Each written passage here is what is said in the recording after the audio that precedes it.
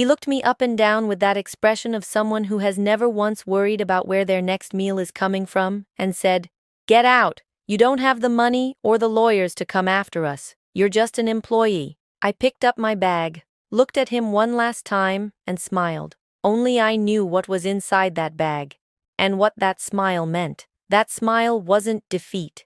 It wasn't fear. It was the smile of someone who had just heard exactly the mistake she'd been waiting for. The smile of someone who had spent 4 years filing every document, every contract, every signature, and who that night was going home to organize everything into a folder with his name on the front. 3 weeks later, a letter arrived on the desk of Mr. Derek Holloway.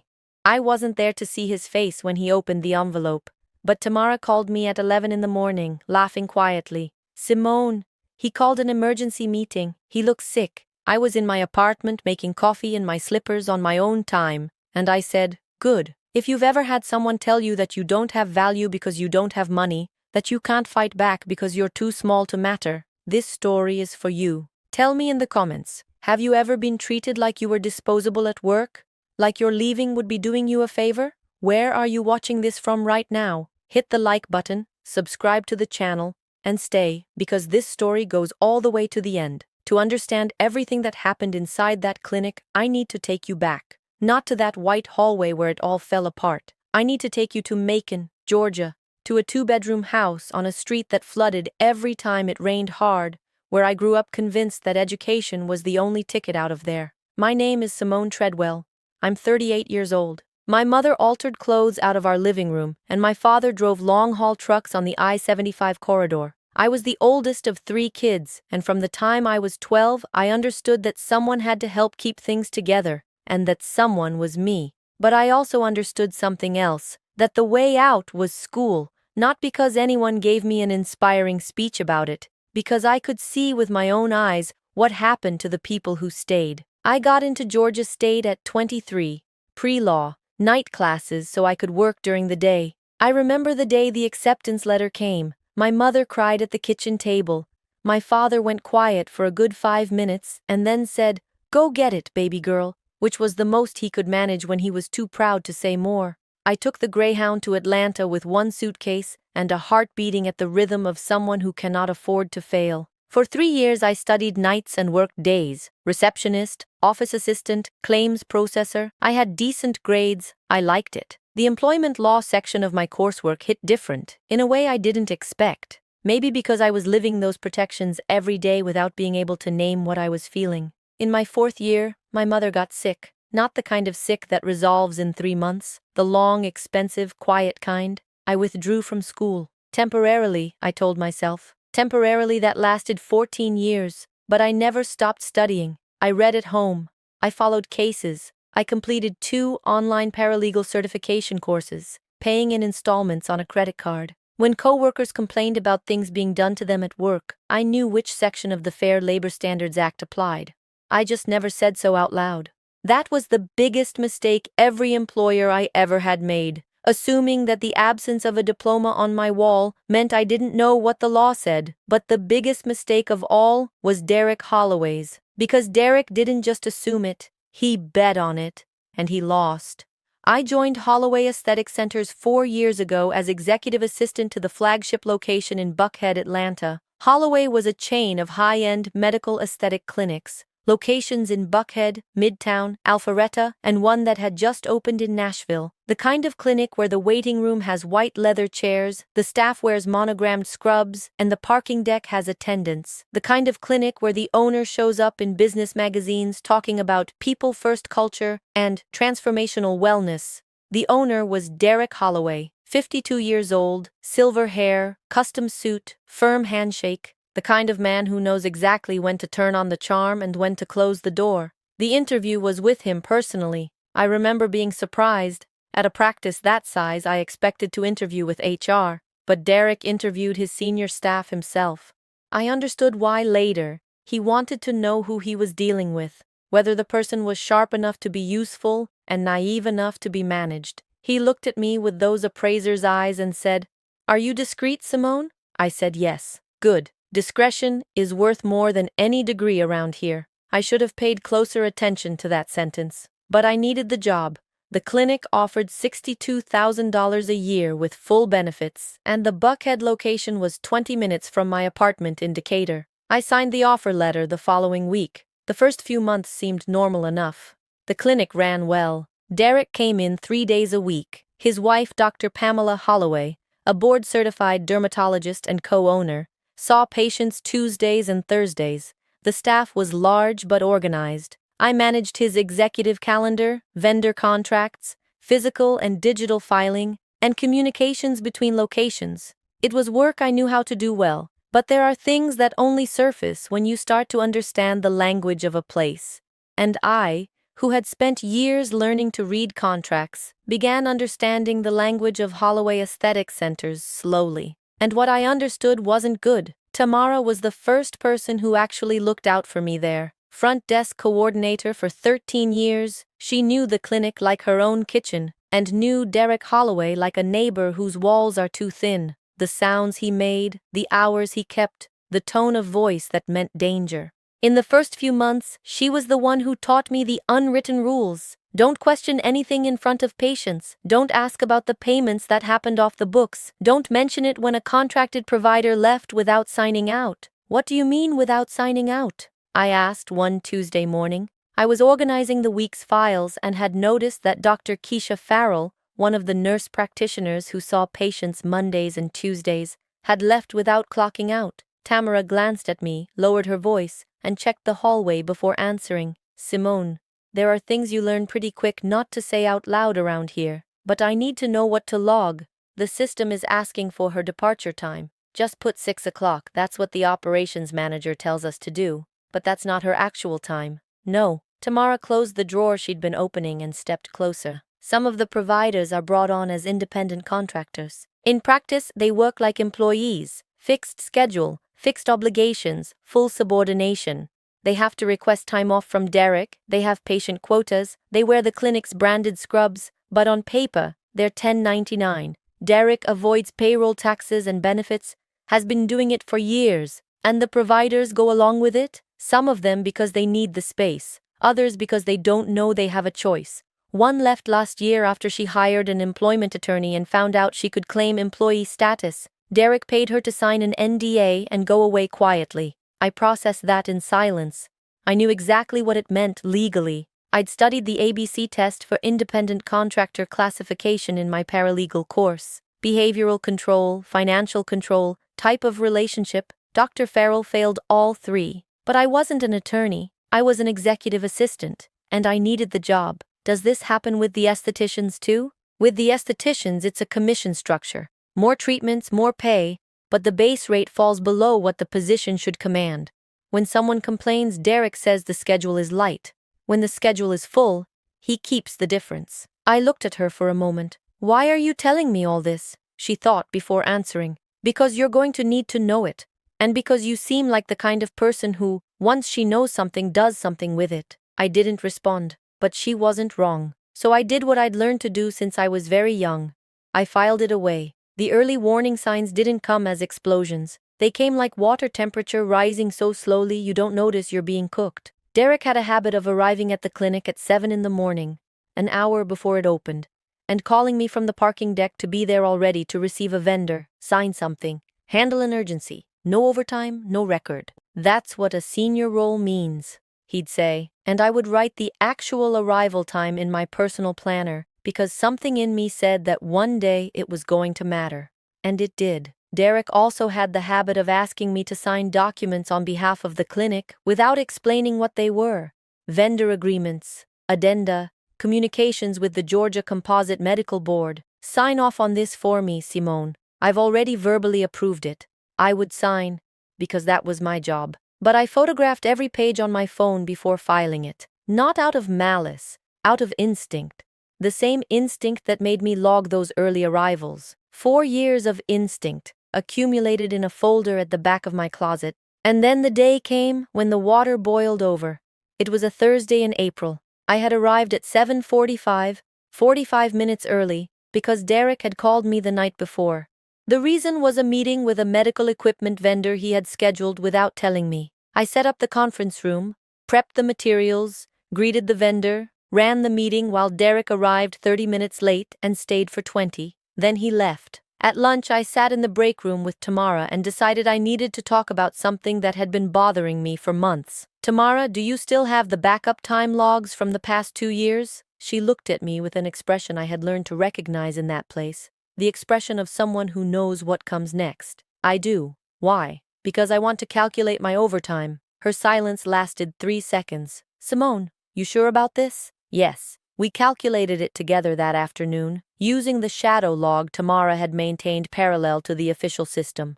Old habit, she told me, from a time when the system crashed regularly. 229 unrecorded overtime hours over 26 months. At time and a half under the Fair Labor Standards Act, the gross amount owed was approximately $22,000. I stared at that number for a long time. Friday morning, I requested a meeting with Derek. His office was large, with that executive decoration that says more about ego than taste. Plaques, a photo with the mayor, a bonsai by the window. He watched me as I set the spreadsheet on his desk. I had prepared everything, the time entries pulled from the system, Tamara's shadow log, the calculation under the FLSA. 229 unrecorded overtime hours over 26 months, I said. At the federal minimum of time and a half, the amount owed is approximately $22,000. I came here to work this out directly. Derek didn't pick up the spreadsheet. He looked at me with an expression I hadn't seen in 4 years. The expression of someone who has decided, in that second, that you are no longer useful. Simone, he said slowly, in the tone of someone talking to a child. Exempt employees don't earn overtime. You know that. An employee classified as exempt under the executive or administrative exemption still has to meet the duties test. My role didn't include genuine authority to hire, fire, or set policy. I manage logistics and calendars. That's not executive exemption. That's misclassification. He blinked once. Where did you read that? The Department of Labor's guidance on the FLSA exemptions, and the 11th Circuit has been consistent on duties test application for the past decade. The silence that followed lasted perhaps 10 seconds, but it was the kind of silence that changes the temperature of a room. He stood, walked to the window, stood with his back to me for a moment. When he turned around, the polish was completely gone. You're creating a problem for me. I'm asserting a right. This is a business. It is not the Department of Labor. You came here as an assistant, not as a lawyer. I didn't say I was a lawyer. Then stop talking like one. I breathed. Derek, I brought the documentation to resolve this here. I'd prefer to resolve it here. But if you'd rather not, I have other options. He walked to the door, opened it, and called the operations manager, Marcus, a man of 40, with the permanent expression of someone who does things he doesn't like doing. Marcus, Simone is going to need to collect her personal items. Please walk her out.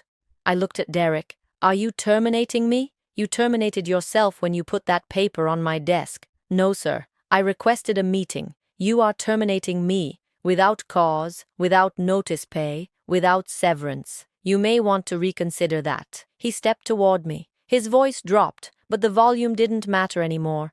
Everyone in the corridor had stopped pretending to work. Leave, Simone. You don't have the money or the lawyers to come after us. You're just an employee. I picked up my bag, picked up the spreadsheet from his desk, looked at him one last time, and smiled. Marcus walked me to the door with that ashamed expression of someone who obeys because he doesn't see another option. Tamara was at the front desk. She looked at me with eyes I could read immediately. Not pity. Eyes that said, I saw it. I have it. I walked through the parking deck, got in my car, drove home. The drive back to Decatur on the I-20 took 40 minutes in afternoon traffic. I sat in it without turning on the radio, watching the Atlanta skyline disappear in my rearview mirror. The glass buildings, the manicured landscaping, the life I had served for 4 years without ever belonging to it. A woman in the car next to me at a red light glanced over. I must have looked like something. She looked away. I did too. And there, in my 2-bedroom apartment off Memorial Drive, I sat down at the kitchen table. Not the couch, the kitchen table, because the kitchen table was where I thought clearly. Made coffee, sat with the mug in both hands for 10 minutes without drinking. The days that followed were the strangest period of my life. Not the hardest, the strangest, because I wasn't just sad. I was sad and angry and clear-headed all at once, and those three things don't fit together, don't stack neatly, don't form one clean feeling. They form a noise inside you that you can't shut off. I called my younger sister Danielle, who still lives in Macon, told her what happened. Simone, you should come home for a while. I'm not going back to Macon. Why not? Because going back means he won. She sighed. What are you going to do? And I looked toward the bedroom closet, the folder. I don't know exactly yet, but I have some things he doesn't know I have. There were moments when Derek's voice echoed, not what he said, how he said it. That bored, dismissive tone. Anger would mean you mattered enough to be worth the feeling. He wasn't angry. He was discarding something that had outlived its usefulness. A dead pen, an old calendar. I spent 2 days asking myself if I'd done something wrong, if I should have waited longer, if my incomplete legal education had given me more confidence than I'd earned. On the third day, Tamara texted me. Simone, yesterday morning Marcus went to HR and asked if you had signed anything before you left. When they said no, he went quiet and went straight to Derek's office. They were in there for 45 minutes with the door closed. I read that 3 times. They knew I hadn't signed anything. They knew the termination had been verbal, unrecorded, no documentation, and they were worried enough to spend 45 minutes behind a closed door. That message was the spark, not because it gave me certainty I would win, because it told me they were scared, and scared people have something to lose. And I was beginning to understand the size of what they had to lose. That night was one of the hardest of my life, not because I was destroyed, because destruction and clarity arrived at the same moment. And it is hard to feel both at once without one swallowing the other. I made more coffee, opened the folder, and looked at what 4 years of instinct had accumulated. There were photographs of documents, vendor agreements with irregularities, communications with the Georgia Composite Medical Board that didn't match the actual provider roster, contract addenda modifying working conditions for the nurse practitioners without their signatures. There were Tamara's shadow time logs. There were screenshots of Derek's texts asking me to arrive early, stay late, cover for another staff member just this once. Dates, times, names. I stared at all of it for an hour. Then I started organizing. By 3 in the morning, I had a digital folder with 207 categorized files. At 3:30, I texted Tamara. Do you still have what you mentioned back in January? She responded at 6 in the morning. Yes, and there's more than you think. We met Saturday at a coffee shop in Little 5 Points. Tamara arrived with a physical folder, printed pages, some of them clearly old. Simone, she said before opening it, I need you to know something. I've been at that clinic for 13 years. I didn't leave before because my kids were in school and I needed the steady income. But what he did to you on Friday was the last straw. I can't keep sitting on this. I held her hand for a second. I know. Show me. What Tamara had was even more solid than I'd expected. Attendance records for 3 nurse practitioners contracted as 1099s who had been working fixed schedules for over 2 years. Informal written accounts she had saved from 2 employees who had left under circumstances similar to mine. Terminated abruptly after raising some kind of concern. And something I didn't expect. A printed copy of an internal email from 2 years ago where Derek instructed the finance coordinator to keep certain payments off the main ledger. I looked at Tamara. Do you understand what that is? I know it's bad. I don't know exactly how bad. It's bad enough to go well beyond my wage claim. She was quiet, then said, then go there. Go as far as you need to go. Monday morning I called the office of attorney Phyllis Okafor, an employment lawyer on Peachtree Street in Midtown, a name I had found through the Georgia Bar Association's directory, employment law specialization, client reviews that mentioned she took cases seriously and didn't back down. She saw me that afternoon. Her office was straightforward. 2 filing cabinets, a wooden desk, a window looking out over a parking structure. No marble. I liked that immediately. I put the folder on her desk. She opened it, started reading, stayed quiet for a while, and I learned in that silence that a lawyer who reads before speaking is a lawyer worth trusting. Simone, do you know what you have here? I have some idea. You have a solid wage claim. Overtime documented by the clinic's own system records, backed up by your colleagues' shadow logs. That's strong evidence. The termination without cause or notice is clear. The emotional distress claim from the manner of the dismissal, public, with management escorting you out in front of the full staff, is supportable. She closed the folder, but you may also have material for a complaint to the Department of Labor about the misclassification of those nurse practitioners. And depending on this email about the off-ledger payments, possibly something for the IRS. I want to start with my wage claim. We can evaluate the rest. That's the right call, but we need to move. The statute of limitations under the FLSA is 2 years from the violation. 3 if we can show willfulness, which I think we can. The clock is running. Are you ready to file? I'm ready. She looked at me with that expression of an attorney who has just realized her client knows more than she should. Do you have a legal background? No degree, but I've studied. She smiled slightly. I can tell. All right, let's work together. The demand letter went out 3 weeks after the termination. A formal letter, sent certified mail with return receipt requested, addressed to Derek Holloway personally and to the legal entity Holloway Aesthetic Centers LLC, detailing the wrongful termination without cause or notice, the calculation of 229 unrecorded overtime hours with FLSA basis, a demand for payment within 10 business days, or the immediate filing of a federal wage claim in the Northern District of Georgia. That was the letter that arrived on Derek's desk the morning Tamara called me. He read it, called an emergency meeting, looked sick. 2 days after the letter was received, I got a call from his attorney, a man with a low voice and the kind of tone accustomed to making people retreat before the first sentence is finished. Simone Treadwell? Yes. This is Robert Feld, with Feld and Holloway Associates. I represent Derek Holloway and Holloway Aesthetic Centers. We've received a demand letter sent in your name and I'd like to discuss it. Go ahead. In person would be preferable. These conversations don't translate well over the phone. What kind of conversation exactly? A pause. An amicable resolution of a compensation dispute. Can my attorney be present? Of course. Then send me your office address and we'll schedule with her. He sent the address. I forwarded it to Phyllis. The following Thursday, we walked into the offices of Feld and Holloway Associates, a full floor in a tower on West Peachtree, reception with granite countertops, and a receptionist wearing a headset, the kind of environment designed to make the other side feel small before they sit down. Robert Feld met us in a conference room that seated 12. There was a younger associate beside him, legal pad open.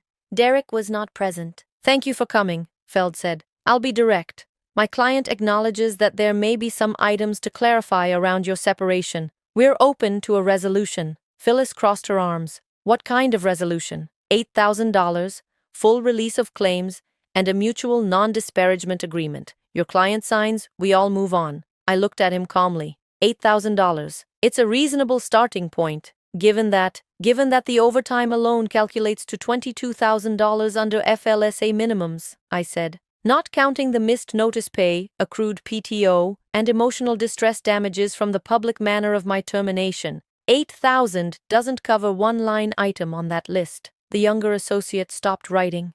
Feld leaned back. Do you have a legal background, Ms. Treadwell? No license, but I've done my homework. With respect, the overtime claim is contestable. The executive exemption requires genuine authority over other employees. Hiring, firing, significant policy decisions. My role was calendar management and vendor coordination. The duties test fails. Your client knows it fails. The Department of Labor will agree when we get there. Silence. We can improve the offer, Feld said after a moment. When you have an offer that reflects the actual exposure, we'll talk, Phyllis said, standing. Until then, we proceed. We walked out of that granite conference room and back onto West Peachtree in an October sun that felt cleaner than anything inside that building. You were perfect in there, Phyllis said. My stomach was in knots. Didn't show. Good, I said. What happened after Derek received that letter was like pulling a loose thread on an old sweater. Pull slowly, and the whole thing unravels at a pace you can no longer control. First came his lawyer's response. Feld and Holloway Associates sent a letter within 48 hours, aggressive and full of intimidating language. They claimed my termination had been for cause, undocumented performance issues. They claimed no overtime was owed. They claimed the documents I referenced were unverified copies without evidentiary value. And in the next to last paragraph, an offer, $8,000, to sign a release of all claims. I read the letter at Phyllis's office. When I finished, she looked at me. Thoughts? They're scared, I said. Inventing cause in a response letter is a desperation move. If they had documentation, they would have used it at termination. It's too late now. Agreed? The offer? 8,000 for 22,000 in overtime, plus notice pay, plus accrued leave, plus damages. No. All right. I file Monday. I was walking out of the building when my phone rang. An Atlanta number I didn't recognize. Simone Treadwell? Yes. My name is Calvin Mercer. I was a minority partner at Holloway Aesthetic Centers until about 2 years ago. I heard you sent a demand letter to Derek. I stopped in the middle of the lobby. How did you hear that? Because in certain Atlanta business circles things travel fast. And because when Holloway's name comes up in a legal context, people who've had history with him start getting calls from mutual acquaintances. A pause. I have documents, Simone. Documents I held on to when I left. At the time, I decided not to use them. But now, I want to talk. My first instinct was caution. Because when you're in the middle of a legal dispute and someone appears out of nowhere offering to help, the not-quite-lawyer in you says, verify before you accept. I asked for his full name and asked him to spell his last name. I searched him in the Georgia Secretary of State's business registry. He existed, listed as former member of Holloway Aesthetic Centers LLC until 2 years ago, withdrawal documented. The next day, I went to meet him. Calvin Mercer was 55, slow-spoken, with the kind of tiredness in his eyes that belongs to someone who has been carrying something heavy for too long. He met me at his current office, a small general medicine practice in Kirkwood, and got right to the point. I left Holloway because Derek forced me out. There was a buyout clause in our operating agreement that allowed him to compel the purchase of my interest at a formula price if he determined there was a strategic misalignment. He triggered it without warning, at a valuation well below what my stake was worth. I disputed it, but at the time I didn't have the energy for a prolonged fight. I accepted the buyout and left. And the documents? He opened a desk drawer and placed a folder on the table. During the 3 years I was a partner, I had access to the financials. Derek maintained 2 cash flows, the official one that went to the accountant, and a parallel one that paid vendors in cash, compensated certain staff off the books, and covered certain consultants whose names never appeared in any formal contract. He pushed the folder toward me. These are copies of internal spreadsheets from when I was a partner. I pulled them before I left. I didn't know if I'd ever use them, but I kept them. I opened the folder, looked at the spreadsheets, and recognized the pattern, because I had seen the more recent version of it pass across my desk for 4 years. This is off-book income, I said. Systematic, he confirmed. Going back years. I closed the folder and looked at him. Why help now? He was quiet for a moment. Because I should have done something when I left. Because what he did to you is a version of what he did to me, just in a different form. And because I've since learned I'm not the only partner he treated that way. We talked for over an hour. Before I left, I asked if he'd be willing to provide a sworn statement if it came to that. Yes, he said. I should have done it a long time ago. The federal wage complaint was filed Monday morning in the United States District Court for the Northern District of Georgia in Atlanta. Phyllis drafted the complaint with surgical precision, wrongful termination without cause or notice, 229 unrecorded overtime hours at FLSA minimums, plus liquidated damages, which doubles the award when willfulness is shown, emotional distress damages from the public manner of dismissal, and a concurrent complaint to the Department of Labor regarding the misclassification of the nurse practitioners as independent contractors. Total amount claimed, $94,000. At the same time, we filed a formal complaint with the Department of Labor's Wage and Hour Division regarding the 1099 misclassification, including all documentation of the nurse practitioner's actual working conditions. And Phyllis, consulting me, forwarded Calvin's documents to the IRS whistleblower office, which has jurisdiction over unreported income and tax fraud. Derek's attorneys requested a settlement conference before discovery, asked the judge to schedule one early. Phyllis agreed. That was exactly what we wanted. The sooner Derek saw the full scope of what we were presenting, the sooner he'd want to resolve. The settlement conference was scheduled for 30 days after filing. In the meantime, Derek tried other things. He tried to smear me. An anonymous email reached at least 3 Atlanta aesthetic practices, claiming I had been terminated for inappropriate conduct with patients and breach of confidentiality. Phyllis traced the originating email server. It was Holloway's clinic network. That became an exhibit in the case. Aggravated emotional distress damages, documented malice. He tried to pressure Tamara, Marcus pulled her aside and said, without leaving anything in writing, that staff members who share internal company information externally can face consequences. Tamara went home, wrote an email to herself documenting the conversation with date, time, and exact wording, and forwarded me a copy. Phyllis added it to the case file as witness intimidation. I called Tamara that night. "Are you okay?" "I'm angry," she said, "but not the kind of angry that makes you weak, the kind that makes you move. Tamara, if you'd rather not be a formal witness." Simone, she cut me off with a firmness I hadn't heard from her before. "I have been at that clinic for 13 years. 13 years. I've watched him do this to at least 3 people before you. I stayed quiet every time because I was scared, because I needed the income, because my kids were in school. They're grown now. I'll testify. I was quiet for a second. Thank you." "Don't thank me. You gave me something I didn't have before." "What?" "The feeling that something was actually going to change." Then came a new offer. This time, $40,000. A jump of $32,000 from the original proposal, which said more about fear than generosity. The letter from his attorneys still used the phrase, "without admission of liability," but the number was the admission. Nobody doubles a settlement offer like that without being afraid of what comes next. I called Phyllis. $40,000. "That's less than half the claimed amount," she said. "And they know we have Calvin's material." "I know. I'm not taking it." "All right. We go to the conference." The settlement conference was on a Tuesday morning. I arrived at the Richard B. Russell Federal Building on Spring Street 20 minutes early. Phyllis met me at the entrance. We rode up together to the assigned conference room. Derek arrived with 2 attorneys. He wore a charcoal suit, blue tie, hair in place, but I knew him well enough to read immediately what he couldn't hide. Jaw tighter than normal, eyes that couldn't stay still, hands he kept closing and opening as he waited. He didn't look at me directly. When we were called into the magistrate's conference room, we sat on opposite sides of a long table. Derek was 2 seats from me for the first time since the termination. The magistrate summarized the matter and opened the floor. Derek's lead attorney spoke first. "The defendant acknowledges certain administrative oversights and is prepared to consider an amicable resolution of $60,000 in exchange for dismissal of all claims and the associated agency complaints." I looked at Phyllis. She looked at me. $60,000, the magistrate repeated. "Is the plaintiff interested in discussing that figure?" Phyllis was direct. "The plaintiff has no interest in withdrawing the Department of Labor complaint or the IRS referral as part of any settlement. Those matters involve third parties, the nurse practitioners who were misclassified, and they are matters of public interest. The wage case itself can be negotiated.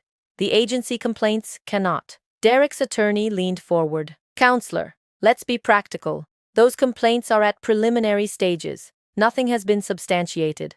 A resolution here serves everyone." "It serves your client," Phyllis said without changing her tone. "It doesn't serve the workers who were misclassified as contractors for years.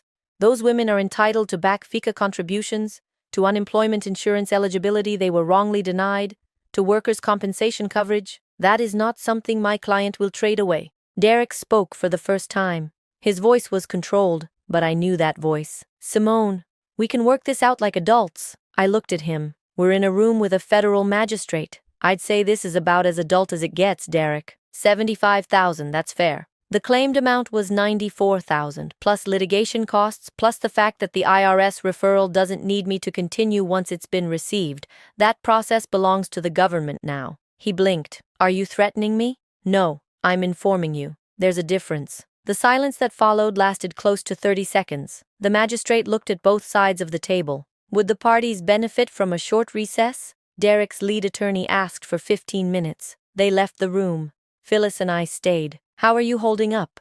she asked quietly. "Fine," I said, and I was. When they came back, the offer was $82,000 for the wage case, with no condition attached to the agency complaints. Phyllis leaned toward me. "That's 87% of the claimed amount, and you keep the DOL and IRS matters intact. Risk analysis favors accepting. Full litigation could run 2 years in federal court. Your call." I looked at Derek one last time. He was looking at the table. "I accept," I said. The settlement agreement was executed on the spot. $82,000, payable in 2 installments within 30 days, formal acknowledgement that the termination had been without cause, correction of my employment records. Derek's attorney tried to add a non-disparagement clause. Phyllis declined it in 2 sentences. I walked out of the Richard B. Russell building at 11:15 in the morning. The sun on Spring Street felt sharper than usual somehow. Phyllis shook my hand outside. You were extraordinary in there. I just told the truth. Most people can't do that without falling apart. I was falling apart, I said. I just didn't let it show. She smiled. That's enough. In the months that followed, the other pieces fell into place. The Department of Labor's Wage and Hour Division, acting on our complaint, opened an investigation into Holloway Aesthetic Centers. The 3 nurse practitioners brought on as 1099 contractors were contacted. 2 of them chose to file their own claims. The 3rd reached a private settlement. Total back wages and damages owed by the clinic to those 3 women exceeded $210,000. The IRS whistleblower investigation into the off-book payments was moving. These cases are slow, but they move. Holloway's name appeared twice in Atlanta business coverage with careful language. Under regulatory review, subject to ongoing audit, the kind of mention that functions as a red flag in certain circles. 2 investor conversations Derek had been developing earlier in the year were quietly abandoned. The Nashville location closed. The Alpharetta location reduced its staff. I learned all of that secondhand, not because I was tracking it, because Derek Holloway had simply stopped taking up space in my head. 12 months after the settlement conference, I was in a larger apartment in East Atlanta, still renting, but with an emergency fund and a plan. I had completed my paralegal certification with the highest exam score in my cohort, and Phyllis and I had formalized something that had started as a hypothetical conversation during the case, a legal support practice focused on domestic workers and service sector employees, exactly the population that needs guidance most and has the least access to it. The practice was called Treadwell and Okafor Workforce Consulting, small, with 2 offices in a building on Edgewood Avenue in Inman Park. We charged sliding-scale hourly rates and had a pro bono partnership with the Atlanta Legal Aid Society for clients without income. In our first 6 months, we served 39 clients. 7 were domestic workers. 4 were household cleaners who didn't know they were entitled to overtime. 2 were personal drivers who had never received proper termination pay. Every single one of those people left knowing more than when they walked in. That, to me, was worth more than any settlement in any conference room. As for Derek Holloway, he still exists, still has the house in Buckhead, still wears the custom suits, but the Holloway Aesthetic Centers I knew has been substantially changed, and the IRS process continues. I've heard he's been through 2 attorneys since then. That certain charitable events have stopped reaching out, that the photo with the mayor came down from his office wall. I didn't go looking for any of that. It arrived on its own. And when it did, what I felt wasn't satisfaction. It was something quieter, the kind of equilibrium that happens when an injustice finally meets its actual weight in the world. Now I want to talk to you directly, to you who made it this far and might be asking yourself, could this happen to me? It could. And it may already be happening in ways you haven't been able to name yet. Every worker in this country has legal protections, and a lot of people don't know what those protections are, or know them vaguely, or have been convinced they don't apply to their situation. Here's what you need to know. Under the Fair Labor Standards Act, most workers are entitled to a minimum wage and overtime pay at 1.5 times their regular rate for any hours worked over 40 in a week. The exemptions, executive, administrative, professional, are narrower than most employers claim. If your job doesn't actually involve managing other employees with real authority or exercising genuine independent judgment over significant matters, you may be misclassified. Misclassification is one of the most common wage theft tactics in the United States, particularly in service industries. Domestic workers, housekeepers, nannies, personal assistants, caregivers are covered by federal law. If you work in someone's home on a regular basis, you are likely entitled to the federal minimum wage and, depending on your state, additional protections. Several states, including California, New York, Illinois, and Massachusetts, have specific domestic workers' bills of rights that go further than federal law. Know what state you're in and what applies to you. Workplace bullying and harassment that creates a hostile work environment can have legal consequences. If you are being systematically humiliated, demeaned, or threatened at work, document everything. Save text messages. Write down verbal conversations with dates, times, and who else was present. Keep copies of any documents you were asked to sign. You don't need to wait until it becomes unbearable. If you believe your rights are being violated, you have options. You can file a complaint with the Department of Labor's Wage and Hour Division. It's free, and they investigate on your behalf. You can contact the Equal Employment Opportunity Commission if the mistreatment involves discrimination. You can search your state bar association for employment attorneys who offer free consultations. Many take wage cases on contingency, meaning you pay nothing unless you win. You can reach out to legal aid organizations in your area, which provide free services to workers who qualify based on income. And you can search online for worker centers in your city. Many are specifically focused on domestic workers and provide guidance in multiple languages. The single most powerful thing you can do is document from the start. Not because you're planning to sue, because if you ever need to, you'll have what it takes to prove it. A text message asking you to come in early. An email changing your hours without notice. A voicemail asking you to stay late without extra pay. These things have value. Keep them. If someone uses their money as a reason to treat you like less than you are, that is not authority. That is abuse. And abuse has a name, has law, and has consequences. I spent 4 years inside that clinic before I acted, not because I didn't know, because I was scared, because I needed the income, because their voice was louder than mine for a while. If I had sought legal guidance earlier, I would have acted sooner. I'm telling you this now so you don't have to wait as long as I did. Thank you for staying to the end of this story. It's real in the way that matters, in the way that situations like this happen every day, and that there is a way out, and that the way out has an address. If this story reached you, tell me in the comments. Did you already know your rights as a worker? Not what you thought, what you actually knew. That kind of conversation changes things. Subscribe to the channel. There are many more stories like this one, and more coming. Share it with someone who needs to know they're not alone, that there's law, that there's a path forward. And take this with you. The silence of the person who serves is not consent. It is resistance that hasn't found its moment yet. My moment came. Yours will too.